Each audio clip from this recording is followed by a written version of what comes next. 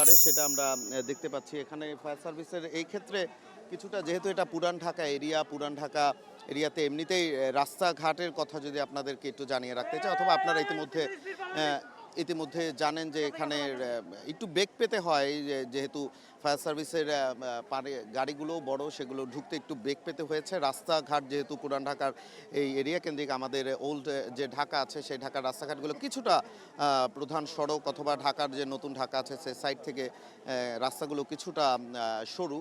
তো সেক্ষেত্রে সেই প্রেক্ষিতে ফায়ার সার্ভিসের এখানে আসতে কিছুটা বেগ পেতে হয়েছে।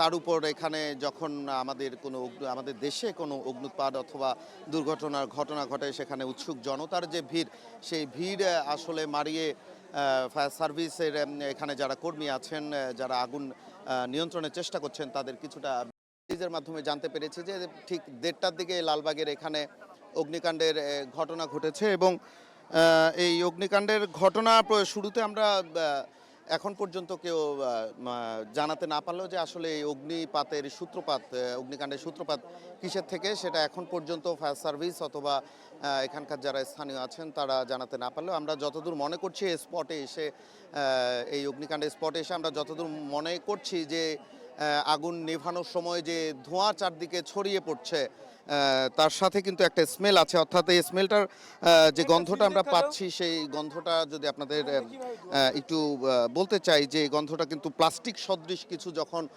পুড়ে যায়, যে একটা গন্ধ বের হয় বা স্মেল বের হয়, সেরকমই একটা স্মেল এখানে আশেপাশে ছড়িয়ে পড়েছে। অর্থাৎ এখান থেকে আমরা কিছুটা অনুমান করতে পারি যে এই অগ্নিকাণ্ডের ঘটনাটা হয়তোবা এখানে আমরা যদিও দেখতে পাচ্ছি এই পুরো বিল্ডিংকে দেখে মনে হচ্ছে না যে এখানে সবখানেই গোডাউন আছে, বাট এখানে হচ্ছে যারা সাধারণ মানুষ আছেন তারাও বসবাস করেন, কিন্তু এখানে প্লাস্টিকের কোনো একটি গুদাম থাকতে পারে, সেই গুদাম থেকে হয়তো এই অগ্নিকাণ্ডের ঘটনা ঘটতে পারে, আমরা এখন পর্যন্ত যতটুক অনুমান করতে পারছি। আপনারা দেখতে পাচ্ছেন ফায়ার সার্ভিসের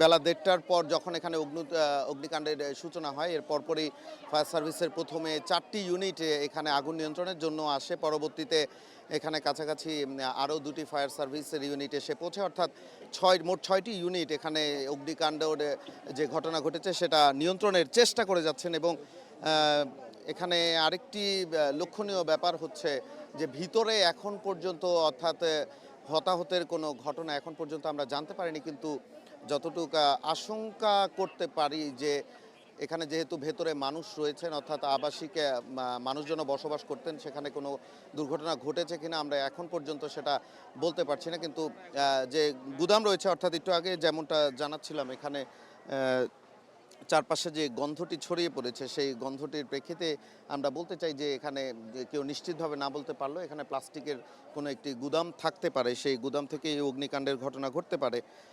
তাছাড়া এখানে ফায়ার সার্ভিস তারা তাদের সাধ্যমতো চেষ্টা করে যাচ্ছে আগুনটি নিয়ন্ত্রণে আনার। এবং ইতিমধ্যে চারদিকে ধোঁয়া যখন বেড়ে যায়, তখন স্বাভাবিকভাবে আমরা বলতে পারি যে ভেতরকার যে আগুন, সেই আগুনে পানি দিয়ে নিয়ন্ত্রণের অনেকটাই সম্ভব হয়েছে নিয়ন্ত্রণ করার। এই কারণে হচ্ছে ধোঁয়াটা বেড়ে যাচ্ছে আমরা দেখতে পাচ্ছি।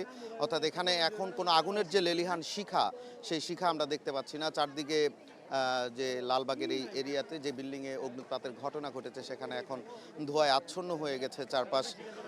আরেকটা ব্যাপার লক্ষণীয় আপনাদের যদি একটু জানাতে চাই, আসলে আমাদের কোথাও যদি অগ্নুৎপাতের ঘটনা ঘটে, আসলে উৎসুক জনতার যে ভিড় বাড়ে সেটা আমরা দেখতে পাচ্ছি। এখানে ফায়ার সার্ভিসের এই ক্ষেত্রে কিছুটা, যেহেতু এটা পুরান ঢাকা এরিয়াতে এমনিতেই রাস্তাঘাটের কথা যদি আপনাদেরকে একটু জানিয়ে রাখতে চাই, অথবা আপনারা ইতিমধ্যে জানেন যে এখানে একটু বেগ পেতে হয়, যেহেতু ফায়ার সার্ভিসের গাড়িগুলো বড়, সেগুলো ঢুকতে একটু বেগ পেতে হয়েছে। রাস্তাঘাট যেহেতু পুরান ঢাকার এই এরিয়া কেন্দ্রিক, আমাদের ওল্ড যে ঢাকা আছে সেই ঢাকার রাস্তাঘাটগুলো কিছুটা প্রধান সড়ক অথবা ঢাকার যে নতুন ঢাকা আছে সে সাইড থেকে রাস্তাগুলো কিছুটা সরু। তো সেক্ষেত্রে সেই প্রেক্ষিতে ফায়ার সার্ভিসের এখানে আসতে কিছুটা বেগ পেতে হয়েছে। তার উপর এখানে যখন আমাদের দেশে কোনো অগ্ন্যুৎপাত অথবা দুর্ঘটনার ঘটনা ঘটে, সেখানে উৎসুক জনতার যে ভিড়, সেই ভিড় আসলে মারিয়ে ফায়ার সার্ভিসের এখানে যারা কর্মী আছেন, যারা আগুন নিয়ন্ত্রণের চেষ্টা করছেন, তাদের কিছুটা বেগ পেতে হচ্ছে। আমরা দেখতে পাচ্ছি যথাসম্ভব চেষ্টা করে যাচ্ছেন ফায়ার সার্ভিসের সদস্যরা বিভিন্ন পাশ থেকে। আমরা যদিও এক পাশটা হয়তো আপনাদের দেখাতে পারছি, কিন্তু বিল্ডিংয়ের চতুর্দিকেই ফায়ার সার্ভিসের কর্মীরা ছড়িয়ে গেছেন এবং বিভিন্ন পয়েন্টে দাঁড়িয়ে আসলে যেখানে অগ্নুৎপাতের ঘটনা ঘটেছে সেই জায়গাটা পুরো বিল্ডিংটি ইতিমধ্যে দেখতে পাচ্ছি একেবারে ধোঁয়ায় আচ্ছন্ন হয়ে গেছে। অর্থাৎ কিছুক্ষণ আগেই আমরা এখানে এসে দেখতে পাচ্ছিলাম, হয়তো আপনাদের দেখাতে পারিনি, আমরা কিছুটা পৌঁছাতে একটু সময় লেগে যাওয়ার কারণ এখানে নিচের ভিড় এবং সব কিছু মারিয়ে আসলে দেখাতে একটু বেগ পেতে হয়েছে। মানুষের যে ভিড় একটু আগেই বলছিলাম, তাছাড়া ফায়ার সার্ভিস পুরো এরিয়ার কিছু জায়গা এখানে রেস্ট্রিকশন করে দিয়েছে, তারা তাদের নিয়ন্ত্রণাধীনভাবে কাজ করে যাচ্ছেন। তো যতদূর আমরা জানতে পেরেছি যে এখানে আমরা কিছু মানুষের সাথে কথা বলতে চাই যে আসলে এখানে যে অগ্নুৎপাতের ঘটনা ঘটেছে, যারা এখানে প্রত্যক্ষদর্শী ছিলেন তাদের সাথে কিছুটা কথা বলতে।